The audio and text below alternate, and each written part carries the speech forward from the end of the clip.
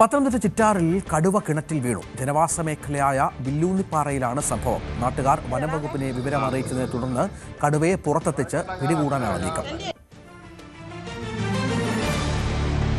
ദൃശ്യങ്ങൾ നമുക്ക് കാണാം. ശശിനാരായണൻ വിവരങ്ങൾ പങ്കുവെക്കുകയാണ്. ശശി, ഇത് വലിയ ശ്രമം വേണ്ടിവരും അല്ലേ കടുവയെ പുറത്തെത്തിക്കാൻ?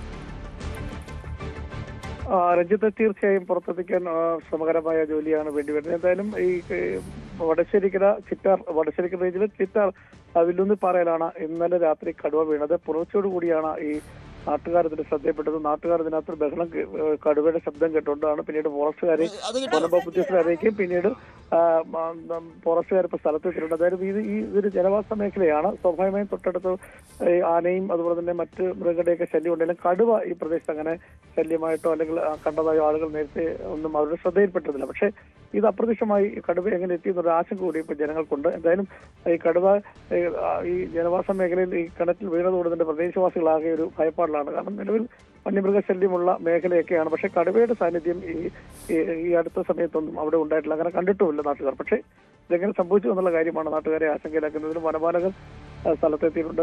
ഇവിടെ നിന്നും പുറത്തെത്തിച്ചതിന് ശേഷമായിരിക്കും മറ്റ് പ്രാഥമിക ചികിത്സയും മറ്റു കാര്യങ്ങളും നൽകി എന്തെങ്കിലും പരിക്കുകൾ ഇതിന് പറ്റിയിട്ടുണ്ടോ എന്നുള്ള കാര്യങ്ങൾ ഒക്കെ മനസ്സിലാക്കിയിട്ടായിരിക്കും പിന്നീട് വനത്തിലേക്ക് തുറന്നതോ അല്ലെങ്കിൽ മൃഗശാലയ്ക്ക് മാറ്റുക എന്നുള്ള തീരുമാനമൊക്കെ പിന്നീടായിരിക്കും വനംവകുപ്പ് സ്വീകരിക്കുക. എന്തായാലും ജനവാസ മേഖലയിലാണ് ഇന്നലെ രാത്രിയാണ് കടുവ വീണത്. വില്ലൂന്നിപ്പാറയിലാണ് സദാശിവൻ എന്ന് പറയുന്ന വ്യക്തിയുടെ ഉടമസ്ഥരുടെ കിണറ്റിലാണ് കടുവ വീണിട്ടുള്ളത്. രഞ്ജിത്തെ,